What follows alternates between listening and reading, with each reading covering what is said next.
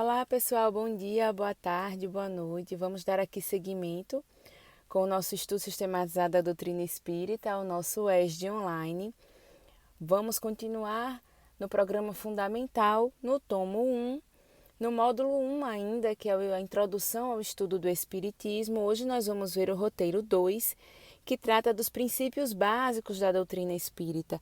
Esse é um roteiro extremamente importante, porque é baseado nesses princípios que está toda a nossa crença. Então a gente tem que ter isso, esses conceitos muito bem definidos na nossa mente, porque afinal de contas, se somos espíritas, temos que entender muito bem os princípios da nossa doutrina. Então, esse é a sugestão aqui de estudo. Ele traz em pontos, certo? Então, eu vou lendo esses pontos e a gente vai discutindo um pouquinho cada um deles, para a gente terminar essa aula com tudo bem na nossa cabeça. Então, ele vai começar aqui com os subsídios falando. Então, ele vai começar aqui com os subsídios falando. Allan Kardec, na introdução de O Livro dos Espíritos, item 6, trata dos pontos principais dos ensinos transmitidos pelos espíritos superiores.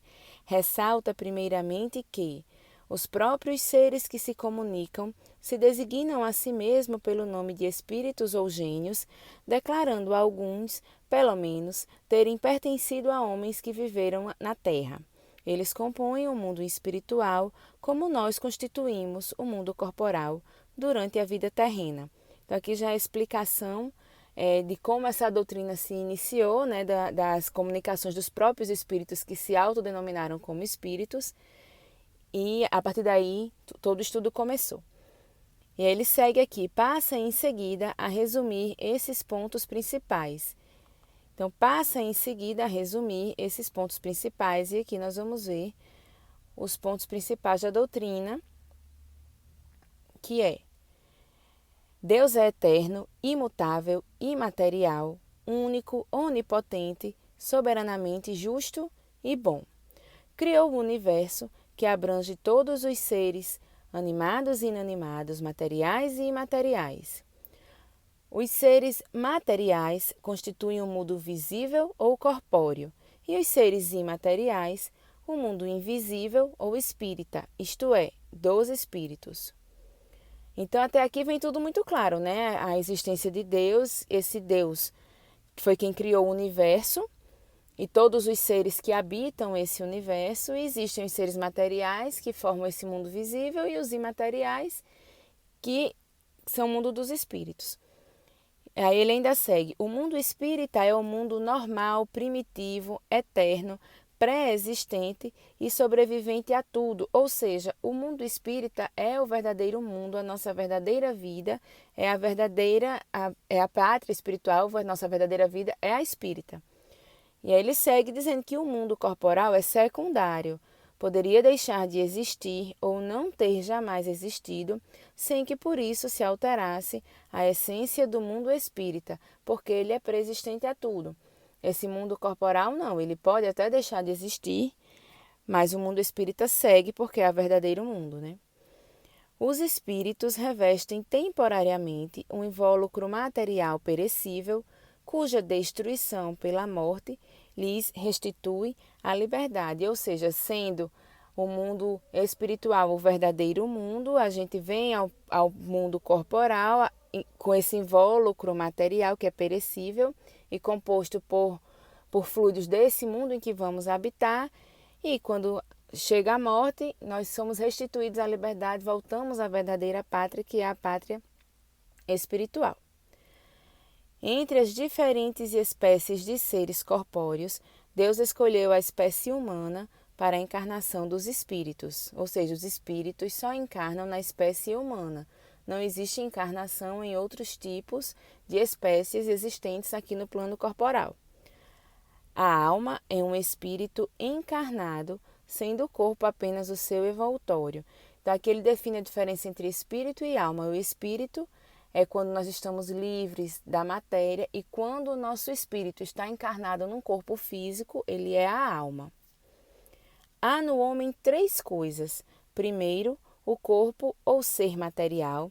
análogo aos animais e animado pelo mesmo princípio vital.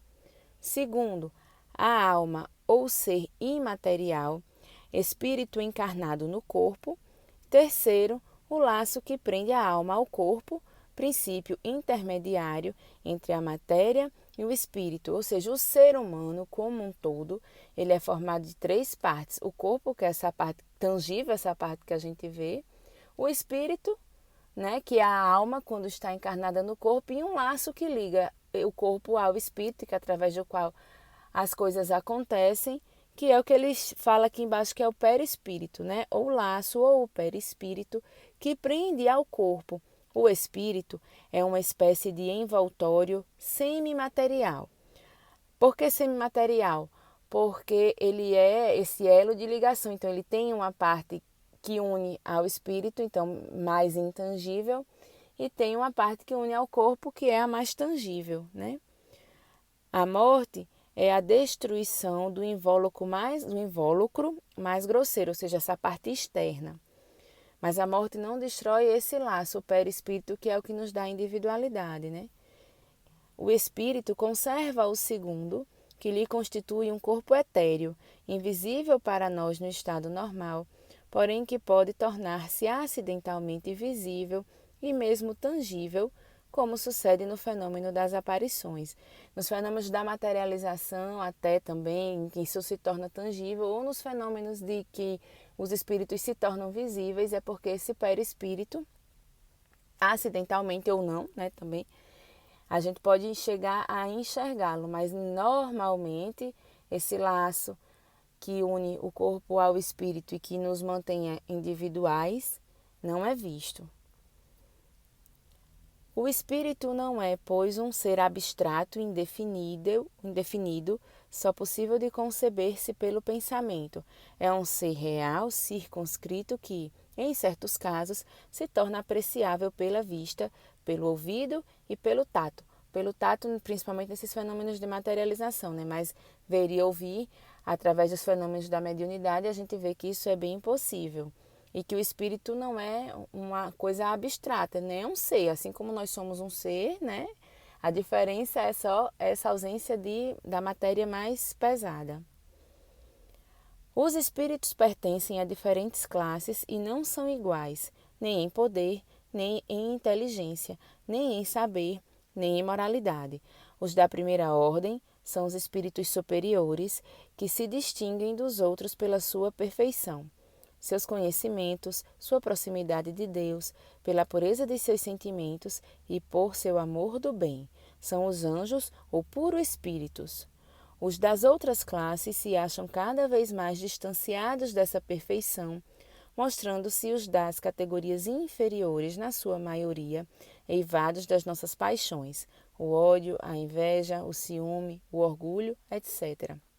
Aqui ele está falando um pouco da escala de progressão, da escala espírita, onde todos nós nascemos simples e ignorantes, ou seja, não ignorantes no termo de brutalidade, mas ignorantes no termo de não conhecer, de ignorantes do conhecimento. E à medida que vamos progredindo nessa escala, vamos chegando a esses espíritos puros, que são os mais altos na escala espírita. Os espíritos não ocupam perpetuamente a mesma categoria. Todos se melhoram, passando pelos diferentes graus de hierarquia espírita, que é essa questão da escala espírita que eu falei, né, da escala de evolução. Esta melhora se efetua por meio da encarnação, que é imposta a uns como expiação, a outros como missão. A vida material é uma prova que lhes cumpre sofrer repetidamente até que hajam atingido a absoluta perfeição moral. Então, nessa passagem aqui está explícito o conceito da reencarnação, que a gente vê várias vezes, para progredir, mas à medida que progredimos e chegamos nessa perfeição moral, nós não precisamos mais reencarnar, porque já nos tornamos espíritos puros e esses espíritos não precisam mais passar por essa prova ou por essa expiação. Deixando o corpo, a alma volve ao mundo dos espíritos, donde saíra, para passar por nova existência material após um lapso de tempo mais ou menos longo, durante o qual permanece em estado de espírito errante. Espírito errante é esse espírito que está entre as encarnações, ele está na erraticidade, que é justamente esse plano espiritual, entre as encarnações. Só não é espírito errante quando é espírito puro, que não precisa mais encarnar. Tendo o espírito que passar por muitas encarnações, segue-se que todos nós temos tido muitas existências e que teremos ainda outras, mais ou menos aperfeiçoadas, quer na Terra, quer em outros mundos, para a progressão, para essa melhora até a perfeição. A encarnação dos espíritos se dá sempre na espécie humana. Seria erro acreditar-se que a alma ou espírito possa encarnar no corpo de um animal. Como eu já falei, não existe, é sempre na espécie humana. As diferentes existências corpóreas do espírito são sempre progressivas e nunca regressivas, mas a rapidez do seu progresso depende dos esforços que faça para chegar à perfeição. Ou seja, a lei do progresso ela é contínua, nós estamos sempre melhorando. Nós podemos ser lentos nessa melhora, até ficar estacionados talvez, mas a gente nunca regride. Uma vez aprendido, está aprendido. A gente não volta atrás nesse aprendizado. Os espíritos encarnados habitam os diferentes globos do universo. E aí entra um princípio chamado de a pluralidade dos mundos habitados, porque seria de se surpreender que diante desse monte de planeta, nesse monte de galáxias que temos espalhados no universo, que só o planeta Terra fosse habitado. Então, os espíritos encarnados, obviamente, em formas de vida diferentes, habitam os diferentes globos do universo. Os não encarnados ou errantes não ocupam uma região determinada e circunscrita. Estão por toda a parte no espaço e ao nosso lado, vendo-nos e acotovelando-nos de contínuo. É toda uma população invisível a mover-se em torno de nós. Ou seja, nunca estamos sós, estamos sempre sendo observados pela espiritualidade, Os espíritos exercem incessantemente ação sobre o mundo moral e mesmo sobre o mundo físico. Atuam sobre a matéria e sobre o pensamento e constituem uma das potências da natureza, causa eficiente de uma multidão de fenômenos até então inexplicados ou mal explicados e que não encontram explicação racional senão no espiritismo. Então, o espiritismo chega para explicar muitas coisas, muitas paranormalidades, muitas coisas tidas como milagres. A gente vem agora com a doutrina espírita explicar esses fenômenos, e até tem uma questão do Livro dos Espíritos que fala que até a maioria das nossas ações são dominadas pelos espíritos, então eles estão sempre influenciando o nosso dia a dia. As relações dos espíritos com os homens são constantes. Os bons espíritos nos atraem para o bem, nos sustentam nas provas da vida e nos ajudam a suportá-las com coragem e resignação. Os maus nos impelem para o mal. É-lhes um gozo ver-nos sucumbir e assemelhar-nos a eles. Ou seja, a gente tem que imaginar que nós somos como um rádio e que a gente está sintonizando com essa vibração dos espíritos ao nosso redor. Então, cabe a nós definir se a gente vai sintonizar com os espíritos que vão nos dar boas influências ou se a gente vai sintonizar com os espíritos que não vão nos dar tão boas influências assim. E isso vai depender dos nossos sentimentos, das nossas ações, da nossa procura por melhorar, Tudo depende de nós. As comunicações dos espíritos com os homens são ocultas ou ostensivas. As ocultas se verificam pela influência boa ou má que exercem sobre nós. À nossa revelia, cabe ao nosso juízo discernir as boas das más inspirações. Então, os espíritos podem se comunicar conosco de forma oculta, ou seja, são aquelas influências que a gente tem em nossa mente de forma velada, ou elas podem ser ostensivas, como esses fenômenos mediúnicos, de psicografia, psicofonia, ou até chegar a ver um espírito, Isso aí são formas diferentes de comunicações dos espíritos. Os espíritos se manifestam espontaneamente ou mediante evocação. Evocação é quando a gente chama um espírito específico para se manifestar, digamos assim, e o espontâneo é quando eles vêm de lá para cá, da forma espontânea. Chico Xavier até falava que essa comunicação com os espíritos é um telefone que só chama de lá para cá. né? Porque a gente pode até tentar evocar um espírito específico em um dado momento, mas ele pode não comparecer ao nosso chamado naquele momento por diversos motivos, né? Os espíritos são atraídos na razão da simpatia que lhes inspire a natureza moral do meio que os evoca. Os espíritos superiores se comprazem nas reuniões sérias, onde predominam o amor do bem e o desejo sincero por parte dos que as compõem, de se instruírem e melhorarem. A presença deles afasta os espíritos inferiores que, inversamente, encontram livre acesso e podem obrar com toda a liberdade entre pessoas frívolas ou impelidas unicamente pela curiosidade, onde quer que existam maus instintos, ou seja, mais uma vez, depende de nós com quem vamos sintonizar, que vibrações estamos emitindo para poder sintonizar com essa espiritualidade, ou boa ou má, né? Distinguir os bons dos maus espíritos é extremamente fácil. Os espíritos superiores usam constantemente de linguagem digna, nobre, repassada da mais alta moralidade. A dos espíritos inferiores, ao contrário, é inconsequente, a miúda e trivial e até grosseira. Então, à medida que a gente vai recebendo comunicações, a gente vai estudando, vai tendo contato com comunicações de espíritos diferentes, a gente vai desenvolvendo o nosso bom senso e o nosso olhar crítico para definir que tipo de espírito está mandando aquela manifestação, se aquela manifestação faz sentido, se aquela mensagem é uma mensagem de bom tom, digna, nobre. Aí sim é uma comunicação dos espíritos superiores. Se não, a gente pode achar que é uma comunicação inconsequente, trivial, grosseira de algum espírito inferior, né? A moral dos espíritos superiores se resume, como a do Cristo, nesta máxima evangélica: fazer aos outros o que quereríamos que os outros nos fizessem, isto é, fazer o bem e não o mal. Neste princípio encontra o homem uma regra universal de proceder, mesmo para as suas menores ações. Ou seja, é isso que a gente tem que ter em mente, é isso que a gente tem que buscar, né? Fazer os outros o que não queriam que nos fizessem.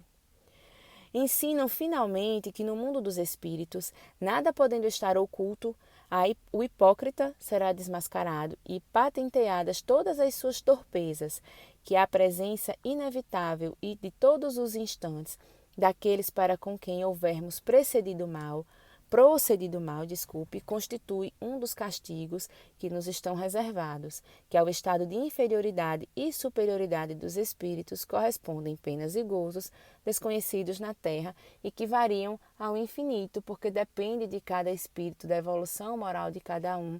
Então essas penas, esses gozos variam ao infinito. Mas ensinam também não haver faltas irremessíveis que a expiação não possa pagar, aquela questão de que não há o amor cura todos os pecados, né? Isso é verdade. Meio de consegui-lo encontra o homem nas diferentes existências que lhe permitem avançar conforme seus desejos e esforços na senda do progresso, para a perfeição, que é o seu destino final. O que é que ele está dizendo aqui? Por mais que demoremos a chegar nessa perfeição, a gente vai chegar. Mesmo aqueles espíritos que a gente enxerga como extremamente inferiores, com maldades atrozes e bastante cruéis, eles vão sim chegar um dia à perfeição também. Então a gente precisa enxergar nesses espíritos só o desconhecimento. Eles ainda são ignorantes do bem, mas eles vão chegar lá também, com passos de tartaruga ou não, eles vão chegar, como todos nós chegaremos, né? E aqui ele encerra dizendo que eis assim os pontos principais da doutrina espírita que serão desenvolvidos no transcorrer deste curso. Então, à medida que a gente for evoluindo e progredindo no estudo, a gente vai deixar esses princípios bem claros na nossa mente. Mas de tudo isso que a gente leu, a gente pode resumir em 5 princípios básicos do Espiritismo, que são a existência de Deus, a imortalidade da alma, a pluralidade das existências, a pluralidade dos mundos habitados e a comunicabilidade dos espíritos. Então, em tudo isso que a gente viu até agora, resume-se nesses 5 pontos principais, que são os 5 pontos mais importantes, básicos da doutrina espírita. A imortalidade da alma e a existência de Deus nos une às outras crenças religiosas, porque todas as religiões acreditam em Deus e na imortalidade da alma. A diferença nossa com relação às outras religiões é o que a gente faz durante essa imortalidade, né? Ela não é um eterno pesar, nem um eterno paraíso, então nossa diferença está aí. E os outros três princípios, que são os que verdadeiramente nos diferenciam das outras crenças, que é a imortalidade da alma, não só a imortalidade, mas a questão da reencarnação, né, que é a pluralidade das existências, que a gente já viu aqui, como a gente leu, que a gente vem várias vezes para aprender. A pluralidade dos mundos habitados, como a gente leu aqui também, seria uma imaturidade acreditar que só existe vida aqui nesse planeta diante de tantas estrelas e mundos que temos por aí, e a comunicabilidade dos espíritos, que foi o princípio que nos norteia, que nos baseia. Essas comunicações dos espíritos é que nos dá todo o escopo da doutrina. Então, o que a gente tem que ter em mente é que tudo isso que a gente leu aqui são resumidos nesses 5 princípios básicos, certo? Eu tenho alguns vídeos aqui no canal mesmo falando individualmente de cada um deles. Então, para quem tiver interesse de já se aprofundar nesse comecinho do ESD, nesses assuntos, também não vai ser um aprofundamento tão grande, mas já dá uma ideia geral desses 5 princípios. É só procurar os vídeos, eles estão aqui. Para quem tiver alguma dúvida, alguma colocação, algum comentário, pode deixar aí nos comentários que eu prometo responder, prometo tirar. Vamos ficar sempre nesse contato aí, para juntos podemos ter esse estudo cada vez mais sistematizado, organizado e esses conceitos definidos em nossa cabeça. Tá joia? Estou à disposição, agradeço a atenção, espero que estejam gostando e nos encontramos no próximo estudo. Até lá!